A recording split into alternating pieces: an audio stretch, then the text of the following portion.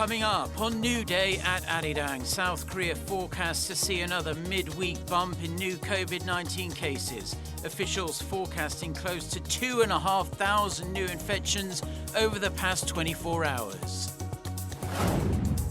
A virtual meeting between the heads of the world's two superpowers as tensions between Washington and Beijing continue to simmer.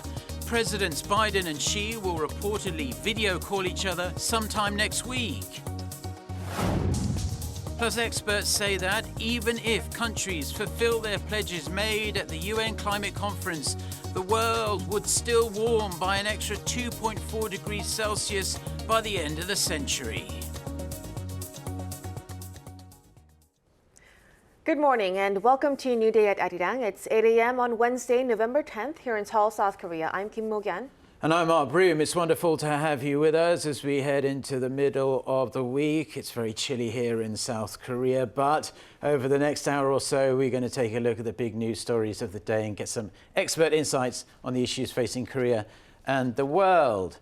We are going to start with the COVID-19 situation here in South Korea. The country is seeing a fresh surge in the number of daily infections.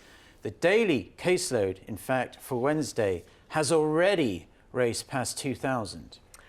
What's also worrying is the number of breakthrough cases we've seen in the past few weeks. Regardless, health authorities have maintained a firm stance, insisting that getting vaccinated is key to fighting the virus. So to bring us the latest, we have our Shin Ye-eun in the studio for us. Good morning, Ye-eun. Good morning. Well, yeah, let's start with the numbers of daily infections for today. As Mark just mentioned, we're expecting a quite hike from the previous days. Yes, we absolutely are. We're expecting numbers to hover near the 2,400 range, which is a big jump from the day before when the daily tally was in the 1,700s. Up until 9 p.m. yesterday, 2,064 people were confirmed as having the virus. Authorities had specifically pointed out Wednesday as a key date that could hint at how much the virus may have spread over the past 2 weekends. Many people gathered during Halloween and also this past Saturday and Sunday, which was the first weekend of eased restrictions on social gatherings and business operations. And next Tuesday, authorities are set to reveal new criteria to determine which situations put the country at risk to the extent that they may need to halt eased restrictions. Now, this criteria will include when to impose a circuit breaker, aka an emergency plan that could bring back previous virus prevention measures. And we're also seeing the number of breakthrough cases rise in Korea. Say this is down to the fact that more people are now fully vaccinated. Yes, authorities said with higher vaccination rates, the percentage of people who have actually been fully vaccinated and caught COVID-19 also went up. South Korea's full vaccination rate is getting closer to the 80% mark.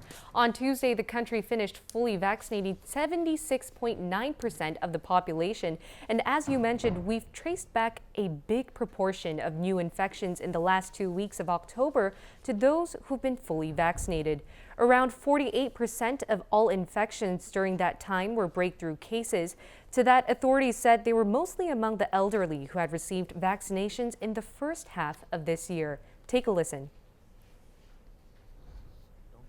First, one thing should be clear. Those who haven't been vaccinated are at a much higher risk of getting infected than those who have been. Another thing is that most people over the age of 60 were vaccinated early this year. As the effectiveness of the vaccine decreases with time, they are more likely to get infected.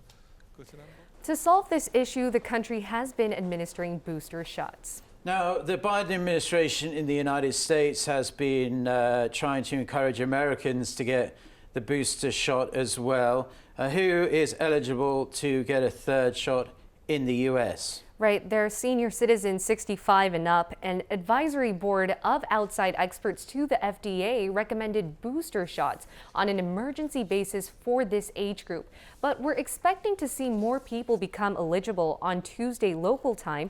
The CEO of Pfizer said he expected effectiveness of booster shots to last for a year. He further explained that there was a possibility that people may have to get booster shots every year. And the New York Times reported that Pfizer asked federal regulators on the the same day to expand authorization of their booster shots to include all adults. They added the FDA is most likely to grant the request before Thanksgiving, which would mean adults fully vaccinated with Pfizer, Moderna, or Janssen shots would be newly eligible. Speaking of, vaccinations, Ian, the WHO has warned that some countries are running low of syringes. That's right. The WHO said there might be a shortage of 1 to 2 billion needles needed for COVID-19 vaccinations next year. Around 6.8 billion vaccinations have been administered so far around the world, according to a WHO senior advisor. And this is double the number of routine vaccines and much more than the world's total manufacturing capacity of 6 billion immunization syringes. So now more than ever, we really need factories to produce enough supplies for shots to continue. Yeah, I wonder what took so long for them to figure out that we might need some more syringes, considering how quickly the vaccination programs are running around the world. Yay, and thank you as always for your insights. We appreciate it. Thank you very much. Thank you. Now, in early 2020, the US blocked entry to non-US citizens from 33 countries, including Great Britain, in a bid to stem the spread of COVID-19 there. However, those measures have now been lifted. On top of this, other countries are also reopening their borders for national tourists. Kim Do-yeon has this report. There were emotional reunions at New York's John F. Kennedy Airport on Monday as families from either side of the Atlantic were reunited after more than a year apart. It's the best thing ever in the whole world. It's been so emotional and it has for millions of families all over the world, but this is the best thing that's ever happened to me. Thank you so much to everybody, to everybody. The U.S. had restricted travel for non-U.S. citizens from 33 countries, including much of Europe, China, and India, starting early 2020. Now, only with official proof of vaccination or a recent negative COVID-19 test are travelers allowed into the country without having to quarantine. With this, according to Wall Street Journal, United Airlines saw a 50% boost in its total number of inbound international passengers. Delta Airlines saw a 450% rise in bookings from outside the U.S. since 6 weeks ago when the White House announced the lifting of the ban. Other countries have been opening their borders as well. Thailand, a popular destination for tourists around the world, has started accepting vaccinated inbound travelers from more than 60 countries. I think no need to quarantine. Yes, it's so bad for the so good for the foreign people. Thailand said that a week since borders opened, about 22,000 people have entered the country and only 20 of them tested positive to COVID-19. One key aspect for borders reopening is inoculation rates, as global cases have been on the rise, especially among the unvaccinated. Meanwhile, according to the Robert Koch Institute for Infectious Diseases, Germany on Monday recorded the highest 7-day COVID-19 incidence rate since the start of the pandemic. One official said that 90% of hospitalized patients were unvaccinated. Globally, there have been an average of 450,000 new cases reported over the past week, making a total of over 250 million. Kim Do-yeon, Arirang News. U.S. President Joe Biden and his Chinese counterpart Xi Jinping are set to meet next week for a virtual summit. Bloomberg cited sources close to the situation Tuesday as saying that while no specific date has been set, the talks will happen in the coming days. The two countries' national security chiefs discussed the potential summit last October in Switzerland. If held next week, it will be the leaders' first virtual meeting. Up until now, they've only held phone talks once in February and again in September. A delegation of American lawmakers have landed in Taiwan on a surprise visit, a trip reportedly organized by Washington's de facto embassy on the island. News of their arrival prompted an immediate anger reaction from China. Kim Hyo-san with the details. A group of American lawmakers are on an unannounced visit to Taiwan, arriving on a U.S. Navy aircraft. Pentagon confirmed the visit Tuesday but did not reveal any names. According to the South China Morning Post, the delegation consists of 6 lawmakers, 4 senators, and 2 members of the House of Representatives. Taiwan's foreign ministry also confirmed the visit had been organized by the American Institute in Taiwan, the de facto U.S. embassy, in the absence of formal diplomatic ties. Quoting the presidential office spokesperson, Taiwanese media outlets say the visit is based on mutual trust and coordination between Taiwan and the U.S. Describing the trip as a provocation, Beijing firmly opposed and criticized the visit.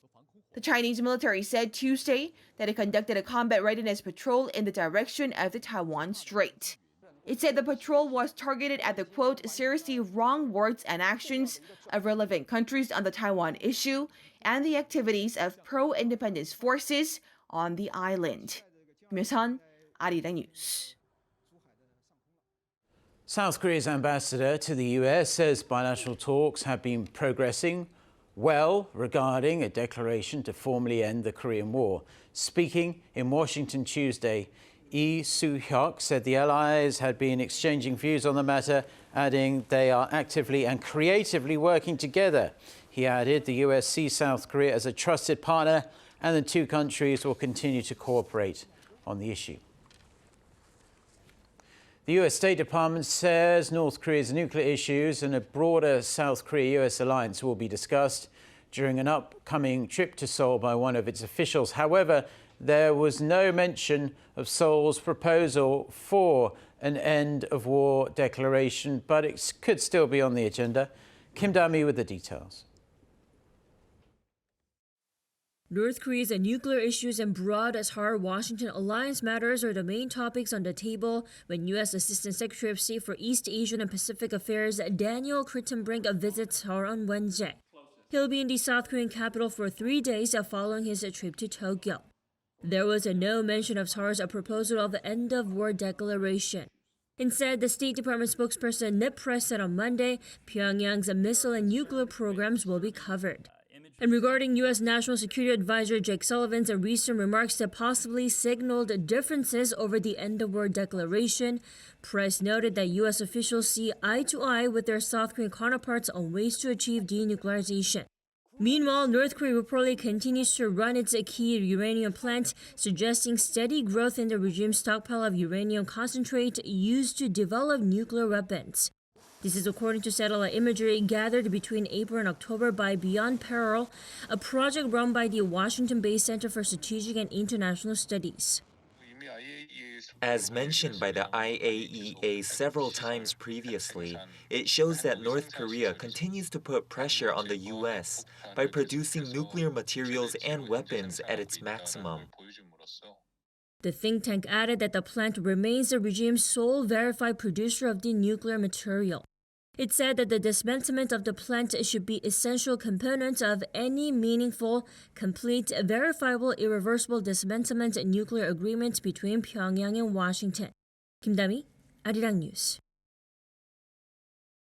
The world's biggest memory chip makers, Samsung Electronics and SK hynix, have submitted their semiconductor data to the US ahead of a deadline given by the US Department of Commerce. The South Korean chip makers complied, but did not hand over sensitive or classified information such as the names of their clients or their inventory levels. South Korea's trade minister, who is currently in the US to discuss semiconductor supply chains, also confirmed the data had been handed over. Vowing to capitalize on the dialogue, the minister said he does not expect any further measures from the US. Now it's time for On Point, where we speak to experts to delve deeper into the biggest news stories in the spotlight right now. From Friday, South Korea will slash fuel taxes by 20% on gasoline, diesel and LPG in a bid to ease the burden on consumers from surging prices at the pump as international oil prices continue to soar. The lower taxes will remain in effect through April 30th, 2022.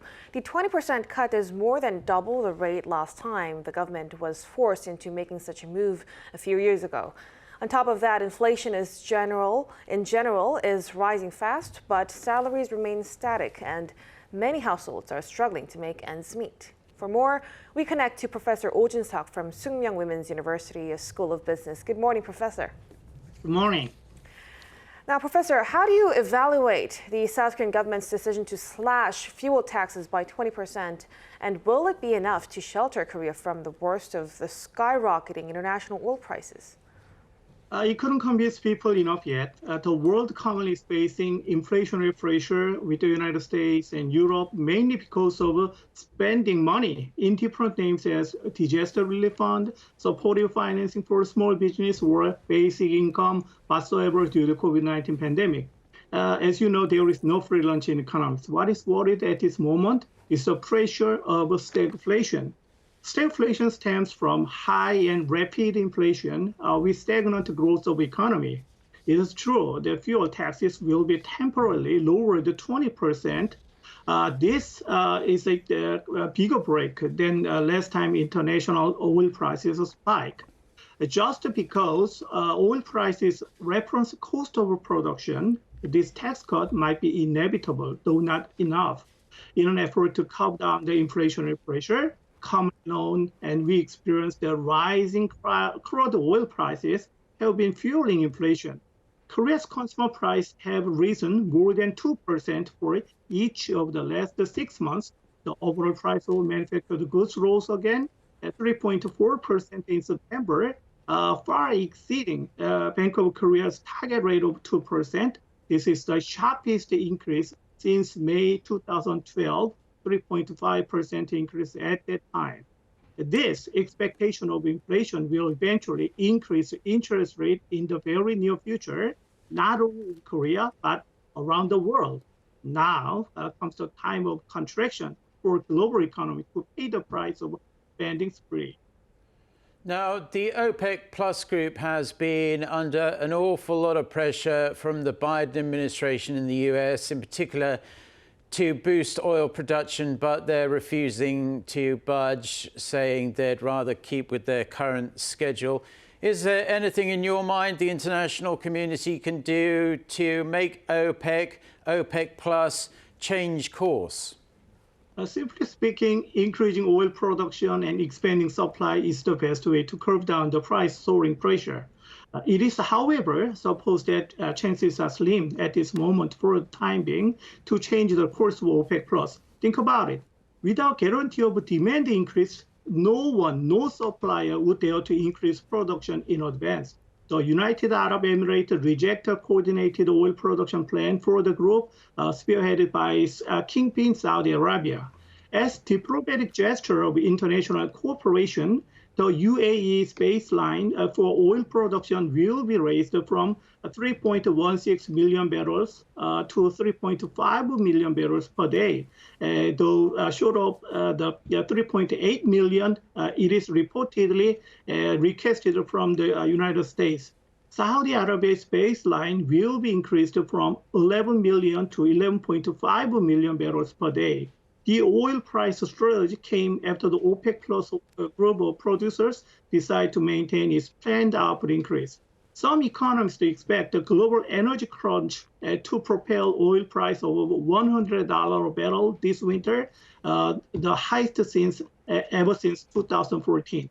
In brief, the best solution avoiding global inflation is to propel growth through innovation, value creation, and productivity improvement, by skyrocketing property price and the hike of international price for energy and raw materials are in the way. It seems like a situation that we gather together, keep looking at boiling water in a pot. It will delay the economic recovery due to prolonged COVID-19 crunch. And also, consumer prices in South Korea are growing at the fastest pace in almost a decade, and it's likely to get worse. And on top of that, the supply chain crisis is causing chaos, not just in Korea, but also around the world. So what can policymakers at the Finance Ministry or the Bank of Korea do to get this under control? Global supply chain is designed originally for maximizing efficiency in the production processes. To make best use of scale economies, a centralization of strategy has made each production process monopolized in one location. It seems like a chain of straight arrows, no other roundabouts in the process. Think about it. Prolonged COVID-19 prompted the shutdown of industries around the world. Supply chain bottlenecks, congestions, and blockage in the production system have affected a variety of sectors, services, and goods ranging from the shortage of electronics, semiconductor chips, and automobiles, and so on. While most of us were in lockdown, there was lower consumer demand and reduced industrial activities. China and Europe are also experiencing growth problems on the back of supply chain issues. Thanks to the rollout of vaccination, now the global economy is slowly start to emerge. But COVID-19 has left one very destructive economic disruption to global supply chain. It is to the point that the policymakers, the government, will take the role of trailblazer of removing this bottleneck by restoring market demand and promoting investment, not to mention of supporting for reformation of global supply chain. In the sense of getting market confidence, Ministry of Finance set up a plan for tapering down inflation pressure. It is very appropriate, and as a necessary condition, it is of great importance for Bank of Korea to keep monitoring the financial market fluctuations, ready to take a quick response to stabilize the capital market volatility and foreign exchange rate as well.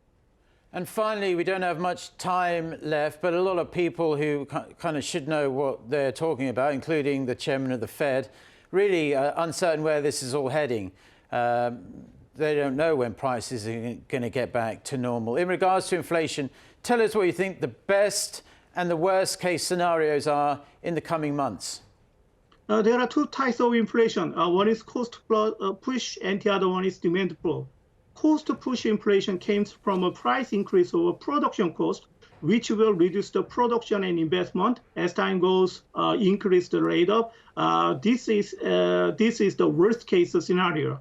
Instead, demand pull inflation starts from the demand increase in the market, temporarily boosting up the consumption for the time being. Even the market will have to pay the price of inflation in later time.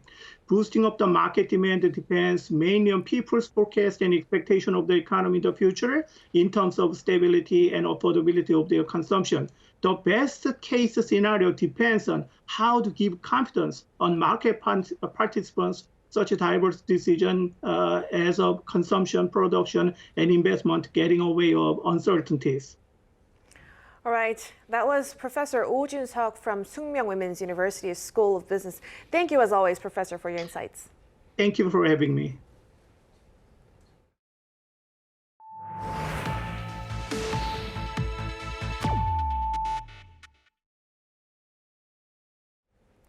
There is a grave shortage of a specific solution needed to power diesel vehicles in South Korea, but the country is doing what it can to get as much of the fluid as it can. President Moon Jae-in tried to calm public worries on Tuesday, insisting there is no need for excessive concern, and he stressed that help is on the way. Kim Seol-min reports.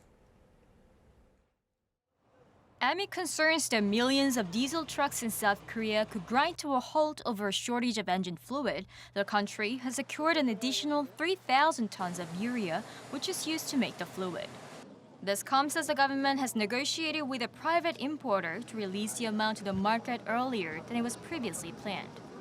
The government task force said on Tuesday that of that amount, some 700 tons will be sent straight away to a local firm by Wednesday, where the material will be processed into urea solution, a vital fluid for diesel vehicles.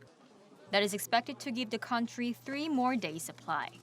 Also adding hope is a possible release of some 19,000 tons of urea solution, which is being held at China's customs.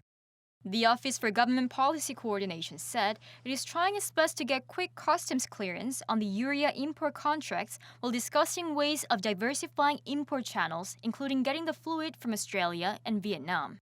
Support has also come from the country's military. Defense Minister Seoul said on Tuesday that around half of the military's roughly 440-ton stockpile of urea solution will be provided for private use. President Moon Jae-in on Tuesday urged the public not to be overly concerned, saying that the government will mobilize all its diplomatic capacity to secure urea supplies from overseas. 정부는 외교 역량을 총동원해 해외 물량 확보에 총력을 기울이고 있습니다. 급한 곳은 공공부문 여유분을 우선 활용하고 긴급 수급 조정 조치 등으로 수급 안정화에 만전을 기할 것입니다. The president's remarks came a day after he ordered the utmost efforts to stabilize the supply of urea water solution. Moon also highlighted the need to find new importers while saying there needs to be an extensive review of raw material supply in line with changes in the global supply chain. Kim Sung-min, Arirang News. South Korea will send a military aircraft to Australia in the coming hours to bring back supplies of urea solution. The tanker plane, likely a KC-330 Cygnus, is scheduled to leave Wednesday from Busan's main airport at 5 p.m. Korea time. If all goes well, 27,000 liters of the fluid used in diesel vehicles to reduce harmful emissions will arrive here on Thursday. The dire shortage of urea solution has been made worse by the ongoing diplomatic friction between Australia and China. Beijing has stopped importing coal, a material required to make the substance, from Australia. While it's trying to resolve the issue, the South Korean government is bracing for long-term supply chain problems. Yoon Jung-min reports. The reason behind South Korea's urea shortage lies in the diplomatic conflict between China and Australia, and more fundamentally, the U.S.-China rivalry. South Korea is heavily dependent on China when it comes to urea imports, but China imposed pre-export inspections on the chemical compound last month. This comes as China faces a shortage of coal, which it uses to make urea, following Beijing's import restrictions on coal from Australia. A few years ago, Australia joined the U.S. move to ban China's Huawei 5G networks, and in response, China has started restricting imports from Australia. Amid the intensifying U.S.-China rivalry, Australia seems to have shifted more toward Washington recently, having joined the Quad and the AUKUS deal. Experts say geopolitical and supply chain issues cannot be taken separately. So the geopolitical conflict between two major countries will continue to increase the tension for economic and industry situations for many countries, especially in East Asian countries, where the global supply chain has been very strongly implemented for a long time. China's foreign ministry said on Tuesday that Beijing has taken into account the demand by South Korea and is currently in active discussions with Seoul to resolve the issue. It added the export inspection was not designed to target any specific country. As for a longer-term strategy, South Korea's foreign ministry created a task force this month to cover economy and security in order to preemptively tackle supply chain issues.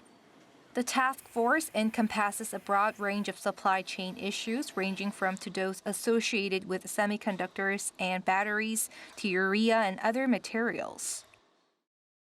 Not just the recent supply chain issue, but there are increasing intertwined issues between economy, security, technology, and more. We believe it's urgent that we need more intensive measures with expertise. Sources say the government will have to pay more attention from now on to the increasing global uncertainty for industries and businesses, seemingly resulting from political rivalry or historical grievances. Yoon Jung-min, Arirang News.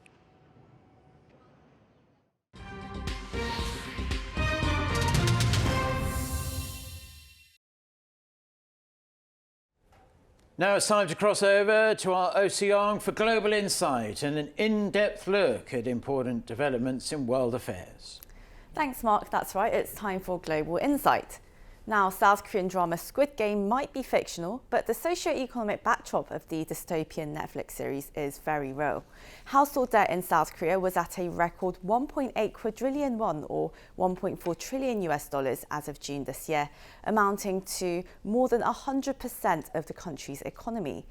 As the COVID-19 pandemic displaces livelihoods and property prices continue to soar, the debt to GDP ratio has jumped 112.4% on year, growing at the third fastest rate among 43 countries, according to the Bank of International Settlements.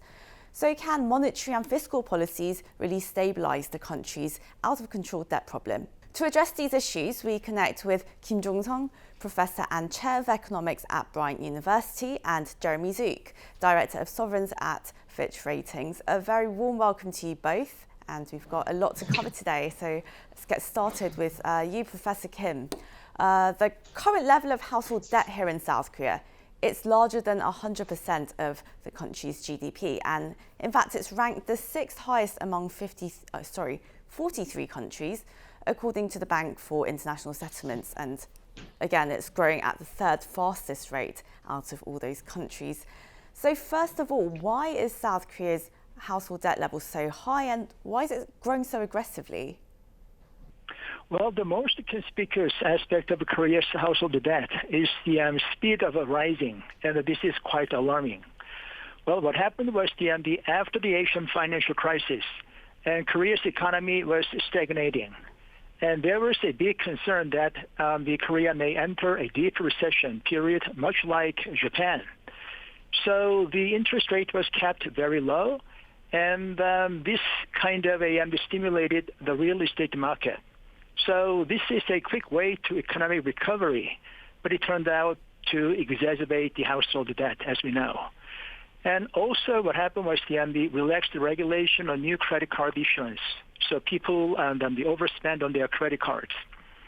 And one other thing is the financial institutions and the business model was shifted from the business clients, corporate clients, to the individual clients.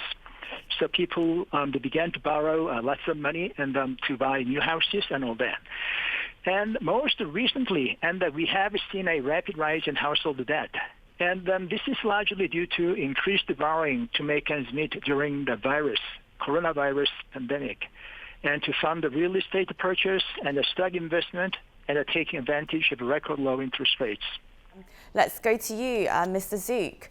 There's a high amount of household debt here in the country. We're at an unprecedented level of 1.8 quadrillion won. How do you assess South Korea's fiscal soundness right now, given the country's soaring levels of household debt? Yes, good morning. As you mentioned, Korea has seen quite a rapid increase in household debt levels, and that, in our view, is a result of something that we've also seen a bit globally as well: low interest rates and a relatively constrained housing supply, and that's put some upward pressure on housing prices, and of course then feeding through into household debt levels. Now, from a sovereign ratings perspective, this is something that we watch quite closely because high levels of household debt and particularly rapid increases in those levels can have spillovers to the economy, spillovers to the financial sector. So it is something that we watch quite carefully. But in that regard, a lot of highly rated sovereigns do have relatively high levels of household debt. I think in the case of Korea, while this is something that we are paying close attention to, our view is that households in Korea still do have sufficient buffers to help them service their levels of household debt. And the financial sector, in our view, is still relatively well positioned to manage any downside risks that could come from these high levels of household debt. Right, so it's something to watch, but we're not on red alert just yet. And real estate, housing prices have certainly made headlines here in the country. Mr. Zook, now South Koreans put the lion's share of their wealth into property rather than stock investments, and property prices, they've continued to soar over the years, almost doubling since 2017, despite the current government's more than 24 price control measures, including hefty taxes and lending restrictions. Do you think this is a rather rare phenomenon in the world that's rather unique to Korea? I wouldn't say it's a rather unique phenomenon to Korea. Certainly the increase in housing prices in Korea has been quite substantial relative to other countries. But we've seen during the pandemic, low interest rates globally and high household savings have really led to households around the world putting their money into housing as an asset. We've seen this in the region, in Australia, in New Zealand, as well as more globally in Canada and the US to a degree, and many countries in Europe, where because of these ultra low interest rates, households are channeling their savings into housing as an asset. And so that's led to rapid increases in housing prices, not just in Korea, but globally as well. So while the increase in Korea has been quite dramatic, I wouldn't say it's too far out of line with some of the pressures that are emerging, in other countries that are in similar circumstances. But it has been quite remarkable how at least 24 property control measures have failed to really get those prices down. And Professor Kim, many critics say that the government has failed to really stabilize the prices over the past 5 years. And that's been partially blamed for the current household debt crisis that we're in. And even though the government implemented a series of regulations, including a lot of taxes and lending restrictions, why did these fail to work? Well, I think the policies are misguided. And then in the first place, and then the underlying cause is the economic insecurity and anxiety. So Koreans spent a great share of their household assets into real estate. And because they see them as a safe investment vehicle for retirements, and the people live much longer these days. And the people are actually behave rationally. And because this behavior is driven by the fact that around 40% of the Korean citizens over age 65 live in relative poverty, which means that they earn less than half of the median household income. So we talk a lot about the realty invincibility, and then in Korean this is 부동산 불패, realty invincibility, right? And this brings the situation that more people, and even including young people in their 20s and 30s, and have joined the move to buy apartments by taking out mortgages and credit card loans. So those policies were implemented, many policies were implemented, and some argue that regulations were incorrectly implemented or calibrated. And the politicians promised to roll them back if they are elected for political position. But to me, they are mostly political rhetoric.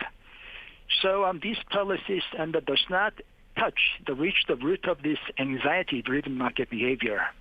And I think personally, a more sensible or more productive policy, the responses should involve the more fundamentally, like the dismantling the structure that perpetuate occupational or labor market security in general. So serious structural measures are needed to really tackle the root cause of the problem. And Professor Kim, the Bank of Korea is expected to tighten its monetary policy this month. Do you think its series of rate hikes are going to help stabilize this spiraling debt situation that we're in? Well, recently, BOK rose the interest rate by 25 basis points. So now it's 0.75%. And the monetary policy of any central bank should be carefully implemented. And because there are so many macroeconomic implications and consequences. So, for example, higher interest rates, surely raise the borrowing cost of a lot of funds, this will discourage a group of people from taking out a loan. So this can address a portion of household debt problem. But what about those people who are already indebted? So those heavily indebted people may default on the loans, and this may be a harbinger of even greater risk. And also, in Korea, the private sector's vulnerability to the interest rate is pretty serious. So from business point of view, there are the group of marginal producers. So those people who are barely profitable enough to survive, and with very thin the operating margins. And they will be forced out of business, and if they cannot afford to this financial cost. So for consumers or producers and all, the weakest links gets broken first. And also, if the interest rate rises and people think, the reason is the addressing the household debt, this is kind of admitting a weakness. So this may send out the wrong signal. But then again, and then we are in the middle of a coronavirus, and then the possible resurgence, and then stock market uncertainties, and the rising trends of household debt. So when it comes to monetary policy, and timing is very important, but preemptive contractionary monetary policy is risky and a little premature. Right. So you're saying that it's uncertain whether this is really going to bring down those debt rates, and also it's not going to be a magic solution for all our economic problems. Well, Mr. Zook, you're right. Right, and well, I want to hear your opinion on this, Mr. Zook, as well. What do you think will be the effect of the Bank of Korea's rate hike expected to be introduced this month? Do you think it's going to help at all with the spiraling debt situation? Yeah, we do see one more rate hike this year and 2 rate hikes next year. So a rather substantial tightening in monetary policy. And our view is that this should start to have an impact in moderating house prices.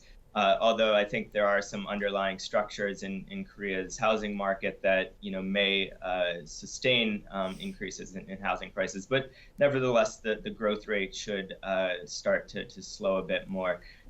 Professor Kim, South Korea plans to spend a record 604.4 trillion won, or $519 billion next year, and that's almost 10% more than this year's budget. What do you make of this aggressive spending plan? Do you think the country's overshooting, or do you think the increased spending is necessary for recovery?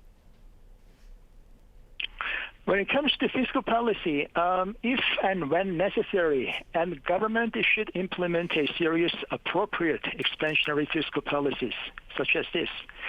So during the process, and to some extent of overshooting can happen, and it is inevitable, and we can't always follow a stable path. And I see the recent budget package as the sort of balancing act, and between putting injecting funds into the badly needed social services to tackle an aging economy, and reduce rising income inequality, and relieve the household debt, and while avoiding the adding further strain on the economy's finances. So when it comes to the pandemic relief package, and we really need appropriate targeting. So according to statistics, and then the bottom 10% or bottom 20% of the population are indebted, and then they need to borrow money and to the eke out a daily living. So more spending on lower income people, bottom 10% or bottom 20%, and should be emphasized. So this will also contribute to poverty reduction. And if government is willing to spend that kind of money, and I also advise some form of debt relief. Okay, so we may relieve some debt for the certain group of people. But unfortunately, this kind of policy may create a moral hazard. Okay, if I'm not paying, and then nobody's going after you. It's me. So all in all, the fiscal policy versus household income or debt, and this is a really complex and a multifaceted problem. So unfortunately, there are no sudden miracles to reduce household debt immediately in Korea. Right. So however, with the proper yes, it is a very complex problem, having to manage this tightening of monetary policy while making sure that households they can get by. And finally, before we go, Mr. Zook, you forecasted a 4% growth in 2021 and 3% in 2022. What do you see as the opportunities and risks for the South Korean economy? So our growth forecast for 2022, as you said, is 3%. And we think a key driver of that will be the relaxation of social distancing measures. As vaccination rates have increased rapidly, we think that will help support household consumption as households can go out and spend again on services and those types of economic activities. In terms of exports, I think this is really Korea's key opportunity in terms of economic growth. I mean, this has been one of the most supportive factors of Korea's outperformance compared to many advanced economies. during the pandemic. We've seen Korean exports perform very well in terms of semiconductors, other electronic goods that consumers around the world have been demanding, and that's had impacts then on domestic investment as well, boosting investment rates. And so I think our view is that exports will the growth in exports will begin to moderate a bit more as the global economy comes off of its sharp rebound from the pandemic. But Korea, because it is a semiconductor producer, and we do see disruptions in the semiconductor supply chains, semiconductor chip shortages, we think Korea is still relatively well positioned as a strong exporter in that market specifically. Well, this is where we're going to have to wrap up this interview, and that was Kim Jong-sung, Professor of Economics at Bryant University, and Jeremy Zook, Director of Sovereigns at Fitch Ratings. Thank you so much for joining us. Thank you. Thank you for having me.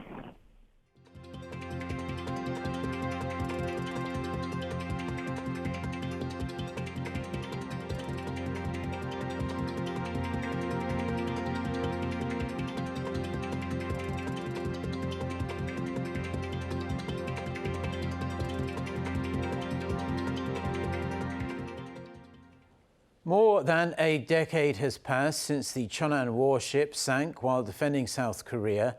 But now it's been rebuilt with upgrades. Our Bae-in-ji gets us better acquainted with the vessel that's fulfilling its unfinished mission of safeguarding the maritime border.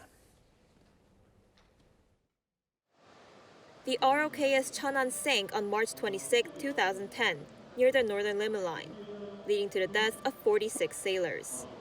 11 years after North Korea torpedoed the 1,000-ton South Korean naval vessel, it has been reborn as a 2,800-ton frigate. On Tuesday, the South Korean Navy held a launching ceremony at the shipyard of Hyundai Heavy Industries in Ulsan, about 400 kilometers southeast of Seoul. Speaking at the event, South Korea's Defense Minister Ho believes that the new ship carries a lot of significance. By bringing back Cheonan, South Korea has kept its promise to forever remember the sacrifices made by those heroes. 122 meters in length, 14 meters wide, and 35 meters high, the new warship will be safeguarding the West Sea near the Northern Limit Line. The advanced warship is equipped with a phalanx close-in weapon system, and ship-to-ship and ship-to-ground missiles. Tuesday's unveiling also carries symbolic meaning for the survivors of the attack and the bereaved families of those on board. I think the revival of the Cheonan ship means that our lost sons are born again. Even though our sons are not here anymore, we want nothing more than this new ship that's been rebuilt after 11 years to safeguard the Northern Limit Line. The Cheonan is expected to be delivered to the Navy in 2023 and put into service the following year. Bae-in-ji, Arirang News.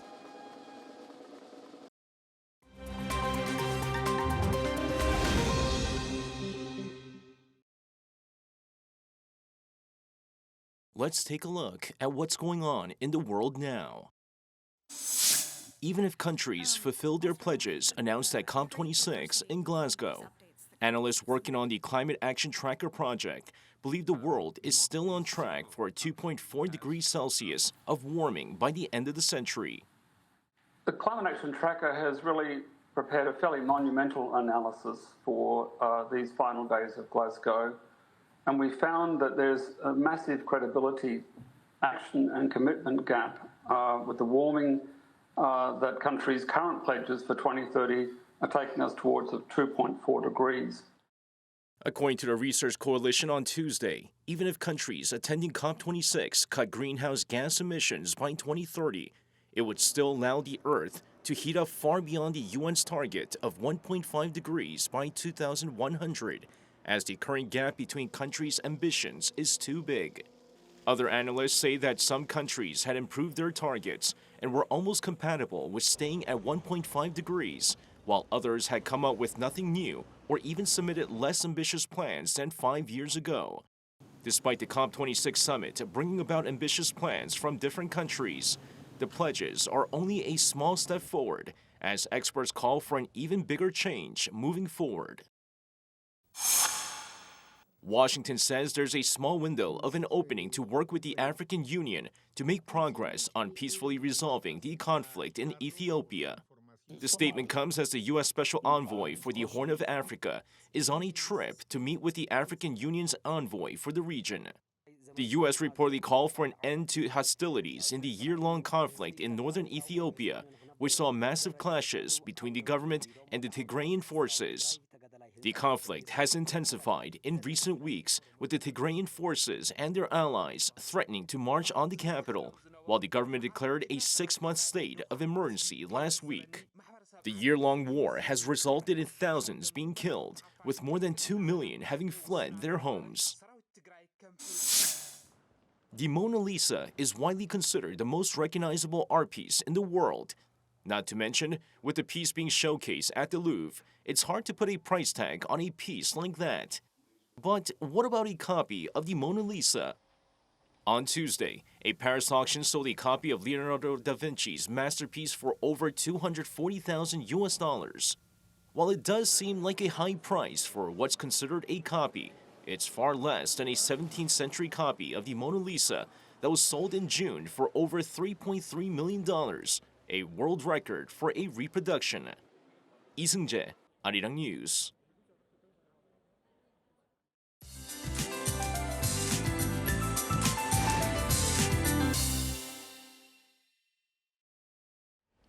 Good morning. Well, the capital saw the first snow of the season early this morning, which came 30 days earlier than last year. And wet clouds will be hovering over the Korean peninsula, dropping on and off rain or snow. 5 to 20 millimeters of rain is in the forecast, while mountainous regions on Jeju are under heavy snow advisory. And mountainous regions in Gangwon province will also be seeing snowfall today. It's another cold and murky day for most central regions, and highs will be about 7 degrees lower than season norms in the capital, going up to just 7 degrees Celsius this afternoon, as chilly as yesterday. It's colder in upper regions. Chuncheon starting the day at the freezing mark, Paju at -1 degree. Single-digit afternoon highs for most central regions today. Daejeon going up to 9 degrees this afternoon. With that, here's a look at the weather conditions around the world.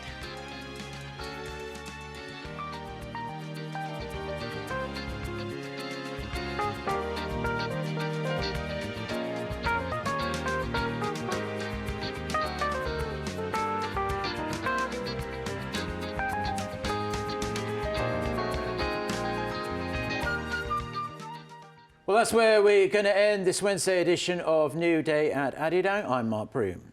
And I'm Kim Mo-gyan. Thank you for joining us. Goodbye.